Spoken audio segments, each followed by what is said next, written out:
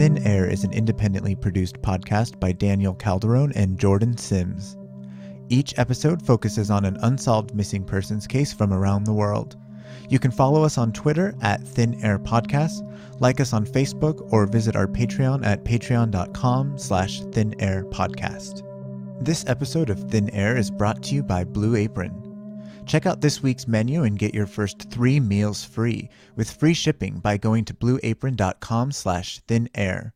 You will love getting fresh ingredients delivered right to your door. Redeem your 3 free meal offer today by going to blueapron.com/thinair. When Jordan and I started this podcast a little over a year ago, we didn't imagine our episodes taking on a particular theme or attempting to accomplish a specific objective. However, as we've released now 16 episodes, we've come to recognize a common element among many of the cases we've reported on. Inevitably, the longer a case remains unsolved, the less attention it receives from authorities.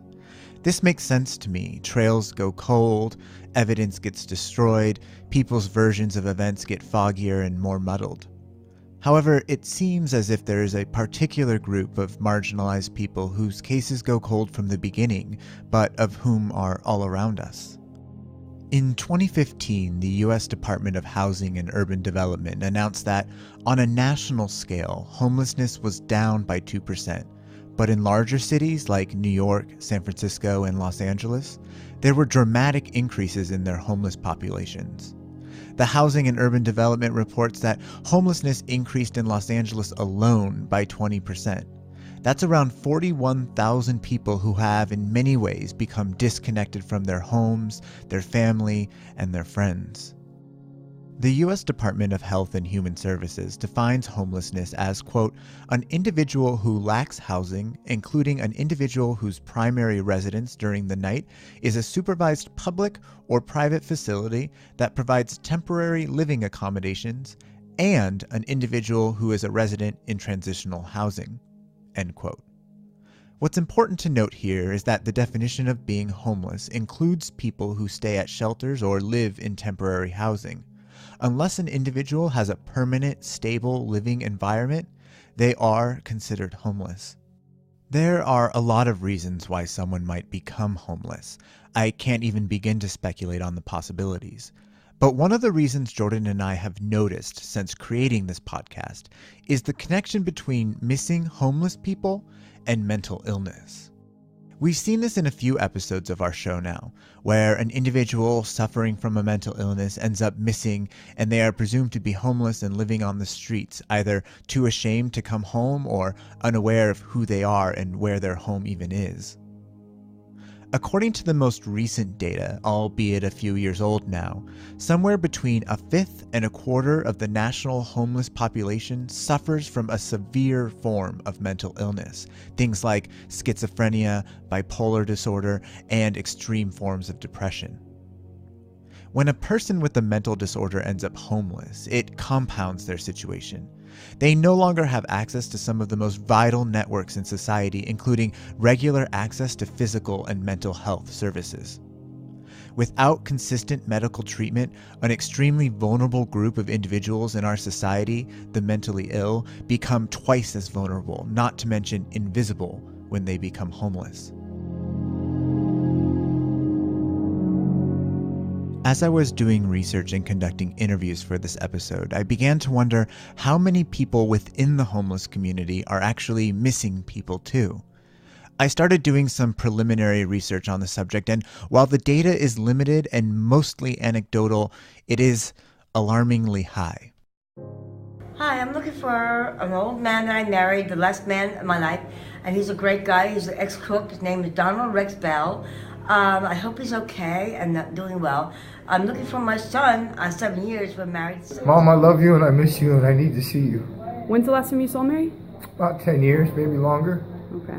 My boss died and left me without a job, and my wife passed, so my mom never got to meet him. Hi, Rebecca. It's Daddy. I wanted to renew contact with you, and I don't know how to do that, so this young lady is going to help me. And I knew that maybe somebody like you guys could maybe help me out a little bit, because I'm an alcoholic and I got a problem and I don't know how to fix it. I don't know what to do. I haven't talked to my family in forever, and I'm just worried that they hate me.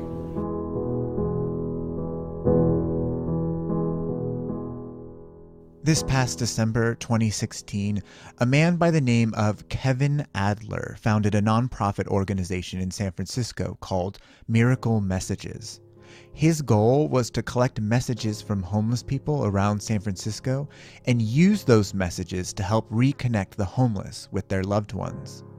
In some cases, his organization has helped homeless people in San Francisco reunite with friends and family they haven't spoken to in over a decade.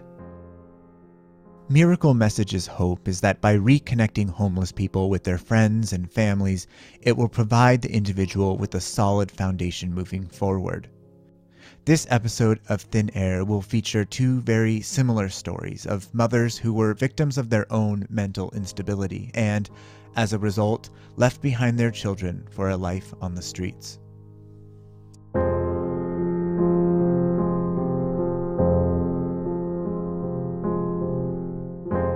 My name is Robin Burton, and Cloudia Leslie Wells is my mother, who is missing.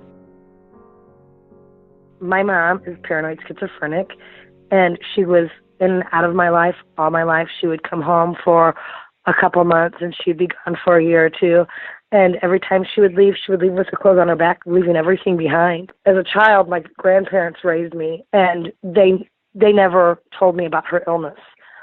They hid that from me, so I always thought that my mom was living the life of the rich and famous, and she just didn't have time for me. I had no idea that my mom was mentally ill, and back then they kind of pushed that underneath the carpet because I don't even think they knew how to deal with it. Whenever I first found out about my mom's mental illness, I was 34. My mom actually went missing when I was 23, and I was very angry at first, wanting to know why my grandparents didn't tell me and why they didn't educate me, and I finally have realized that you can't educate someone whenever you're not educated yourself. And Christmas of 1994, I was married. I had come home for Christmas. Christmas was the last time I've seen my mom. She was living with my grandmother in Maryville, Illinois. And in January, about 2 weeks later, in January of 95, she just said that she was going to go up to the post office. And she walked up to the post office, and she was never seen again. That year of 1995 was an especially painful year for Robin. Her grandmother, Claudia's mother, who Robin had lived with most of her life, had fallen and broken her hip. She was old and needed constant care, something Cloudia was insistent she could provide. I had come home for Christmas, and whenever I got back home, I called my mom on the phone, and I told her, I said, I want to let you know that I love you, and I think that what you're doing for Grandma is great and phenomenal, and I know it's a lot of work, but she has to have 24-hour care. And if you decide to leave, you just have to promise me that you'll call me. You don't have to tell me where you're going. I just need to know that you're leaving, because you cannot leave her there by yourself. If you leave her and you don't come back and you don't call me, I will never speak to you again. I've never, ever said that to my mom in my whole life. And I lost both moms within 6 weeks of each other. My mom disappeared January of 1995, and my grandmother, who raised me, passed away the beginning of March of 95. Was she able to care for your grandma? Oh, yeah, she did a great job with her. She did a great job. I think that there might have been times that she was on medication. I just don't ever remember her taking any medicine. Back years ago, they did shock treatment. We know now that was bad. But years ago, she would come home and she would go in the hospital and have shock treatment done. And that was all hidden from me. I didn't know any of this. It was my mom's sister that sat me down and told me. I had no idea.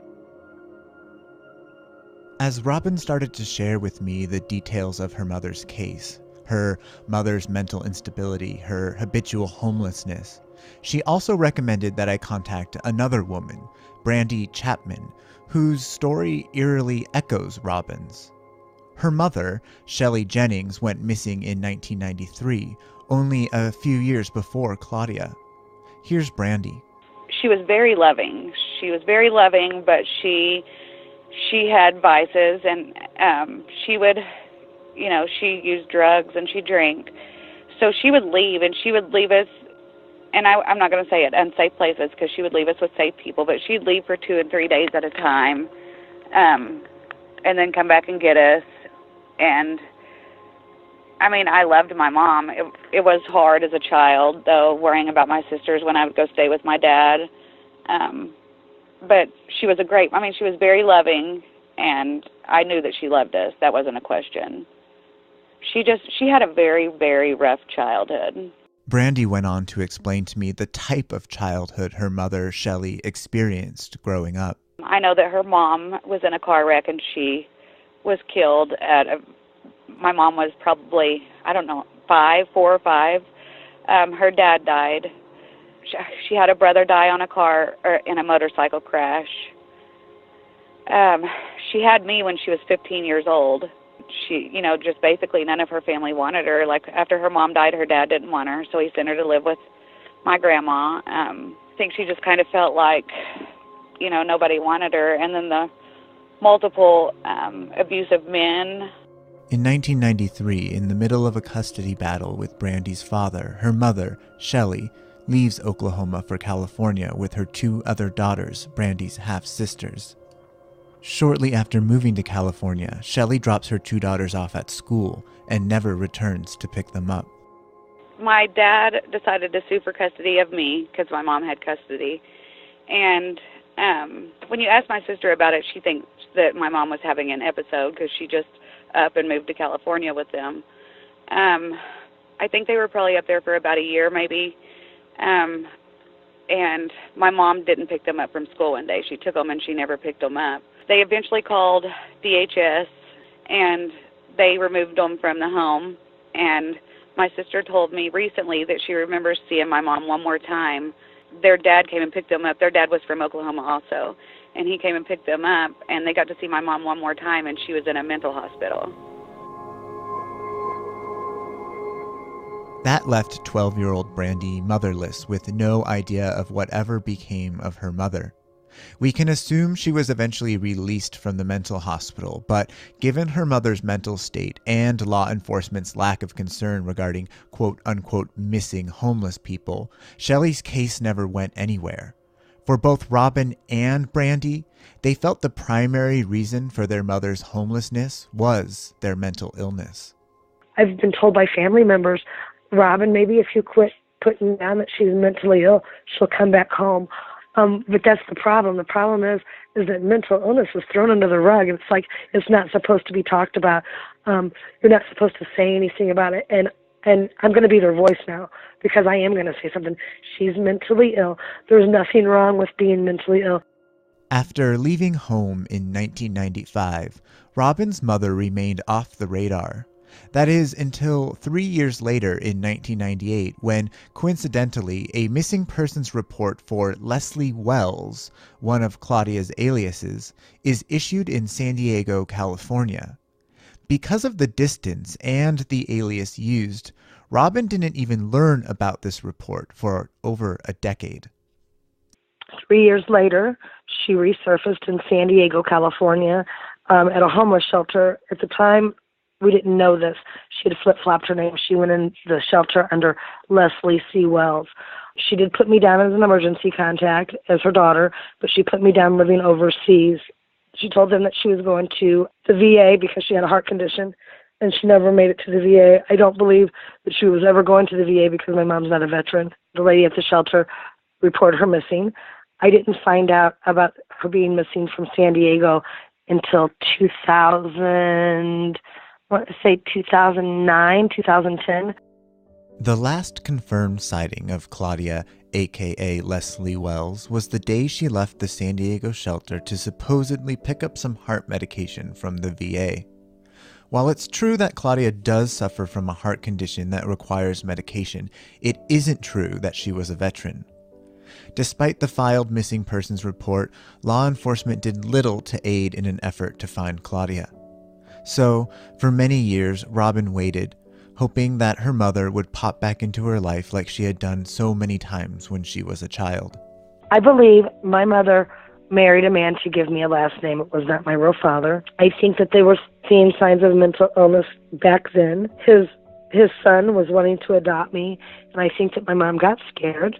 She did what she thought was best for me, and she went to her mom and dad's house, and she begged them to adopt me. My grandfather told her that if she ever straightened up, she could have me back. Once I was in my grandparents' care, she started leaving, and she was in and out of my life my whole entire life. And what was it like for you in those moments where, okay, your mom's gone for 4 years and then she shows up all of a sudden? Was it a moment of elation, or was it a moment of anger or sadness, or what was that like as a child? I was very angry. Of course, I never told her that I was angry. I kept all those feelings inside. But I was very angry. I remember thinking, well, she's just going to leave again. And everybody'd say, you need to give her a chance. She's really straightening up. And I was the only one that was angry. I was mad. And I was just like, you know what? You believe what you want, but I know she's going to leave again. And when she would leave again, it was just like, I told you she was going to leave. So I think that I put that wall up and I wouldn't let her in because I just knew that she was going to leave again.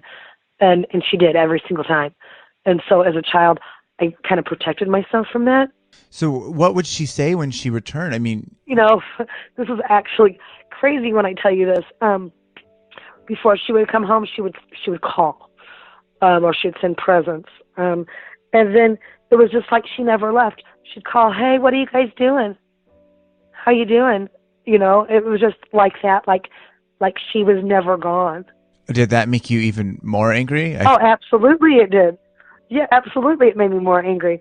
And like I said, I thought that my mom was living a life of the rich and famous. Like Robin, Brandy had experienced the same things growing up. A mother who had left for days, weeks, months on end, popping into her life when her mental stability allowed her to. I wanted to know if Brandy experienced the same kind of anger that Robin described. I'm curious to know how your perceptions of your mom changed from when she was with you until after she disappeared. I was talking to Robin last week, and when her mom disappeared, she got really angry and she sort of went through an angry phase. And I'm sort of curious what experience that was like for you. Well, I've never been angry at her. I've never been angry. Something just always told me that something wasn't right. I mean, like I said before, I have a huge heart. It gets me in trouble all the time because I have such a huge heart. And I know where I got that from, and it's her. And I know I knew that she would just never leave her kids. I knew that wasn't the case. I can't tell you what I thought because, I would think different things. I just didn't know. I didn't know if somebody had murdered her and knew that her body hadn't been found and was using her name. I didn't know what was going on. The disappearance of her mother was especially challenging for Brandy. Being only 12 at the time, there wasn't much she could do to pressure law enforcement or aid in her own efforts. Brandy had to wait until she became an adult before she could officially begin the search for her missing mother. As a child, there was really nothing we could do besides call the numbers over and over and over again, asking the people if they've seen our mom. Since I've been able to use a computer, since I've been able to do anything, I've always looked. And I've always had friends helping me. What kind of things would you guys do to look for her? Well, I would just get on Google and Google her name. I would find places that she had been, but it would be most of the time like a year or two before that. So you said you Googled her and you found stuff about her? Yes. Even though it was late, what sort of stuff did you find? She would be in jail in this place or this place or this place. Most of her charges would be like camping in a place where you can't camp or public intox. I would call and try to get the records. We could never get a mugshot. It seemed like everybody else in this world took mugshots, but she never had a mugshot. While Brandy was chasing down a string of arrests connected to her mother's case, Robin wasn't getting any leads about where her mom could be or if she was even alive. That is until 2014, when the Los Angeles Times prints a news article about homelessness on Skid Row. After the break, Robin receives an astonishing piece of evidence that her mother is still alive and might be in Southern California. I opened it up, and it was from the LA Times, where they had did a write-up on the homeless the homeless count, and it was a February 2014 article. They took one picture, they put one picture on that paper, and it was of my mom.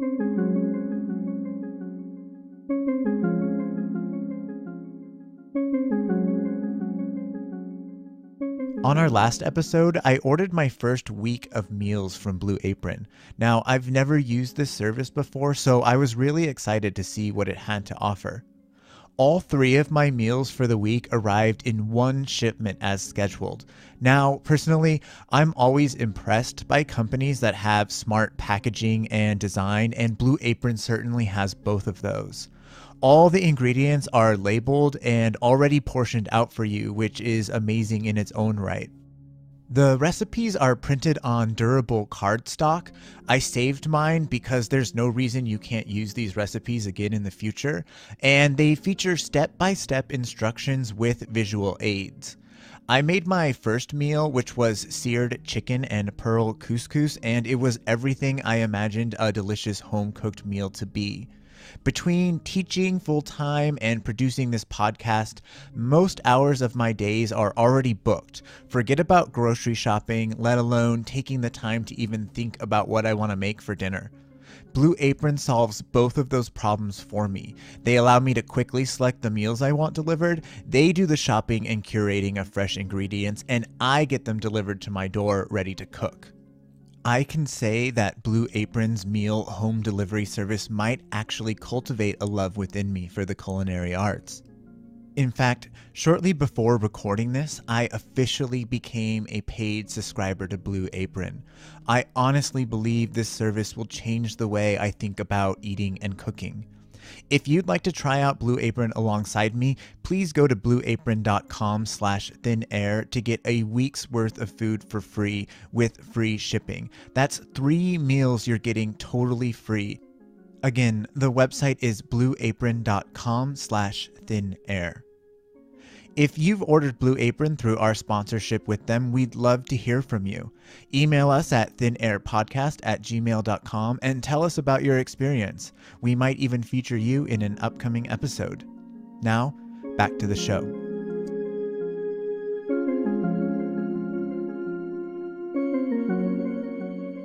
Nearly 15 years after Robin's mom, Cloudia, is reported missing in San Diego, California, new photographic evidence of her mother appears in a newspaper article published by the Los Angeles Times about homelessness on Skid Row. Here's Robin again. In 2014, December of 2014, I got a call from my private investigator, and he said, "Robin, I don't know how we missed this, but your mom's Social Security number was used at a homeless shelter in Santa Monica, California." I got off the phone. I didn't put anything on social media. I've been on Wild Goose Chases before. 2 days later, he calls me on the phone, and he said, "Robin, I need your email address. There's something that you need to look at." I gave him my email address. He sent me an attachment. I opened it up, and it was from the LA Times, where they had did a write-up on the homeless count, and it was a February 2014 article. They took one picture, they put one picture on that paper, and it was of my mom. The name underneath it said Diane Madago. I have a very good friend of mine that is in law enforcement, and there is one Diane Madago that is transit in California. He ran her for me. I got her picture, and it was not the same picture that was in the LA Times, which I already knew. I just knew it was my mom. Some people thought it was her. Some people thought it was not her. And then it wasn't until Monday I finally got to talk to the photographer. And even though the article was a February 2014 article, and even though the article said Skid Row, which is in Los Angeles, that actual photograph was taken in 2013 in Santa Monica, California, the exact same place and year that my mom's Social Security number was used, and that was all the confirmation I needed because I already knew it was her.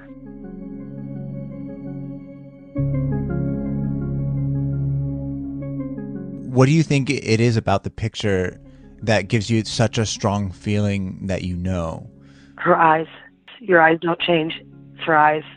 Why don't your other family members think it's her? Because they think that the lady looks too old.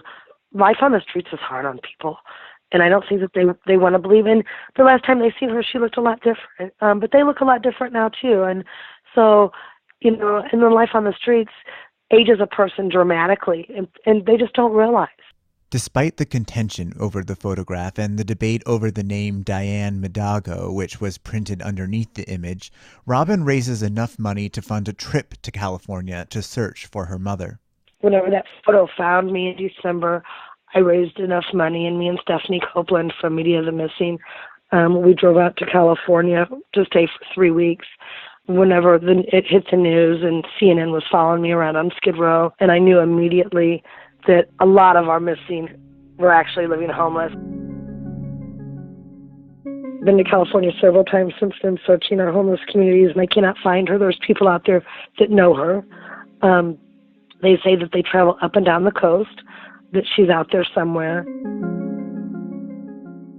Once Robin made it to California, she discovered that HIPAA laws, federal laws enacted to protect the privacy of your health, restricted her from obtaining critical information from hospitals and homeless shelters relating to her mother's possible location. This frustration from family and friends isn't new for our podcast. We've heard it in quite a few cases, most notably in episode 10, the case of Renee Lamanna, a woman whose sister also believes she is amongst the mentally ill homeless population of New York City. And the reason that it's so important for me to find my mom, our HIPAA laws hinder so many families from finding their loved ones. I can walk into a shelter with my mom's flyer, even though she's legally missing. They cannot tell me that she's there. They will, however, let me walk around like the day room and stuff. I can't go back into the bedrooms or anything like that, but I can walk around the day room and stuff to see if I see her. But they cannot tell me if she is there or not. If she goes into a hospital, they cannot tell me if she's there or not. It's our HIPAA laws, and sometimes I get aggravated because people just don't know, and they're like, "Have you checked the nursing homes? Have you checked this? Have you checked that?" Yes, but they won't tell me anything because of our HIPAA laws. It's our Privacy Act. Robin left Southern California without her mother. She was angered by the HIPAA laws, but motivated to make a difference for those in similar situations. I came home March of 2015, and I started a foundation called Missing Homeless. Whenever we started Missing Homeless, I had no idea at the time how phenomenal it was going to be, and we have found over 40-something people throughout the United States living homeless. I also do street outreach here in St. Louis, and I started doing something different out there. I get out on the streets, and I tell them, I said, if there's anybody that you want to find, I don't care if it's a family member or a classmate, please come to me when we're done serving, and let me see if I can help you.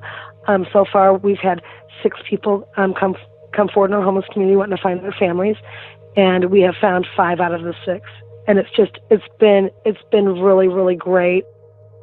One of those people Robin wanted to help reunite with their family members was Brandy, whose mother, Shelley, had pinged on a couple of arrests in or around Redding, California in 2016. When she called to confirm her mother's identity with local shelters, they couldn't give her any information because of federal HIPAA laws. I had never been that close. For 2 days, I called and begged people at the shelters and just begging them, listen, I understand that there's laws that you have to go by, but this is my mom, and she's been missing for 23 years, and I'm worried about her. There's something not right, and they just couldn't tell me. They would say, well, you can come up here. You're welcome to come up here and walk around, and I'm like, well, I'm only 1,800 miles away from you, but okay. Feeling closer to finding her mom than ever before, Brandy's community rallies behind her and funds a trip for her to travel to California to search for her mom herself. The first place Brandy goes looking for answers is the jail. I went straight to the jail to try to get her mugshot, and they wouldn't give it to me. Immediately I felt defeated because, I didn't know what she looked like now. I had no clue. So I think I went outside and I was really frustrated. I was walking up to, any homeless person I seen that was walking by, and I guess they could tell that I was frustrated, and maybe they could hear it in my voice, and I was crying, and I would show, just asking them if they'd seen her. So were you ever able to find your mom? Nothing. A bunch of people had seen her. A guy had even seen her. he got a hold of me and he said that he was getting fingerprinted for a job at the sheriff's department, and she had came in there and she was accusing the sheriff's department of taking her backpack when they arrested her and not giving it back to her. He told me that whatever was in her backpack was very important.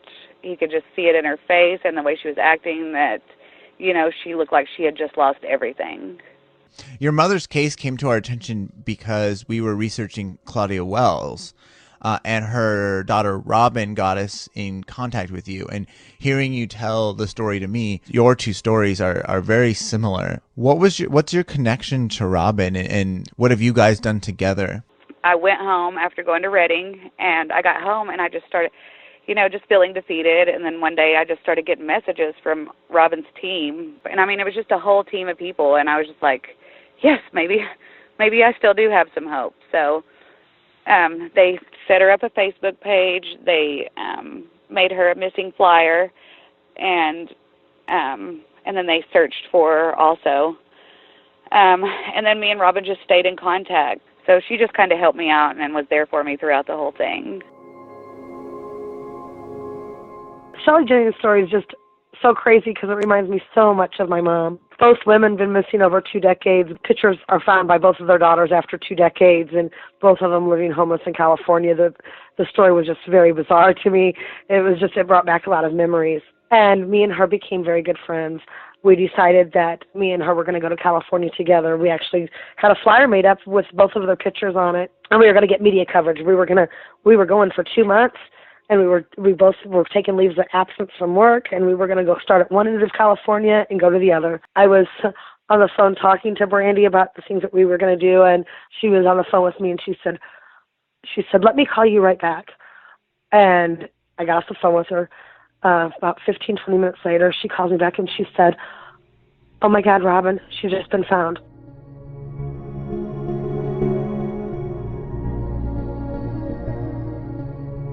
I can't even remember the man's name, and I do plan on getting a hold of him. I have talked to him once, but he said he was in Sacramento at the bus station, and he said he seen this lady and he kept staring at her because he knew her from somewhere. He just couldn't think of where it was. And he said he just kept staring at her, trying to figure it out because he knew it was something. And he said she looked at him and seen him staring, so she just started acting a little crazy. And he was like, automatically, I knew.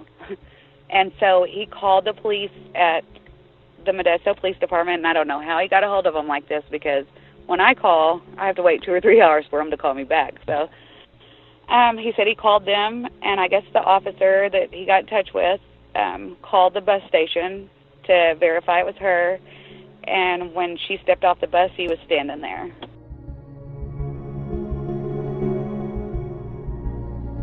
And he just approached her and was like, "Hey, are you..." He said, "Suzanne Jennings," and she said, "Yes," and he said, "Your daughter's looking for you." And then, after 2 decades, Brandy finally gets the call from her mother that she's been waiting for. The phone rang, and it was the Modesto Police Department. And she just said, that she understood that I had a missing persons report out on my mom. And I said, yes. And she said, well, she's standing right here beside me. Oh, God, I can't tell you how I felt. The emotions, I was screaming. When they put her on the phone, I was screaming. I wouldn't let her get off the phone. And at the same time, I was messaging people to ask them to go get her and take her to my cousin's house. Unable to finance another trip out to California at such short notice, Brandy decides to drive from Oklahoma to California. When she arrives in Modesto, she reunites with her mom after not seeing her for over 20 years. Yeah, sorry. I love you. I love you. They hold each other tightly, not letting go, crying. You keep being shot, baby. I love you. We do no evil, see no evil, hear no evil. I love you with all my heart, mind, and soul.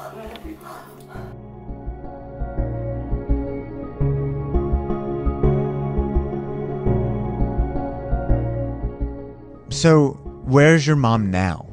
She's at my house. So she stays with you now in Oklahoma? Yes.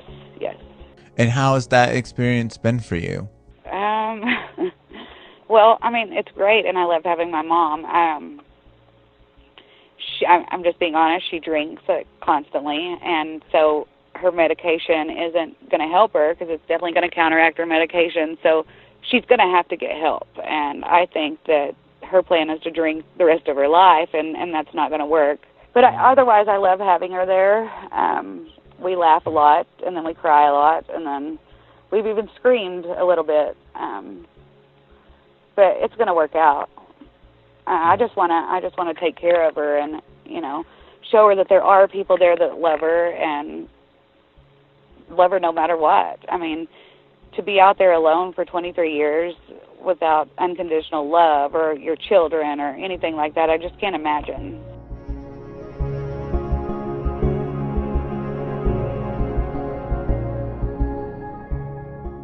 Despite the happy ending in Brandy's case, Robin is still searching for her mother, a 3-year-old picture her last remnant of hope.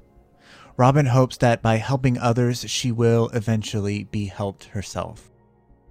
What is that experience like for you, to be looking for your mom, yet be helping other people find their loved ones? Very emotional. I get very emotional, and sometimes, I talk to the families, and then I get off the phone and I just cry. But at the same time, I'm happy because it gives all of us hope.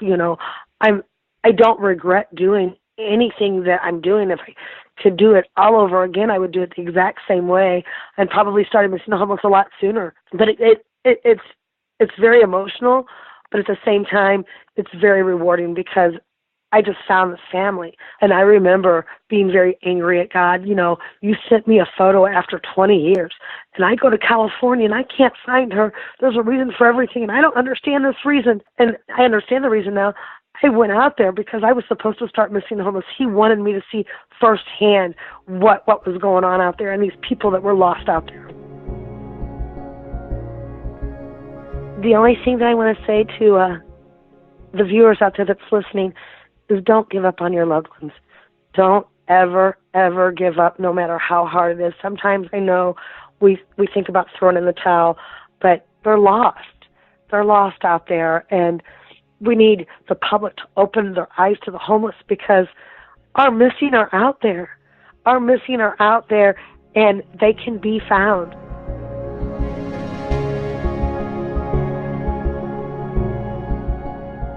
Since returning home, Shelley has tried to leave twice, but Brandy is working her best to get her the treatment she needs to overcome her addiction and mental health issues.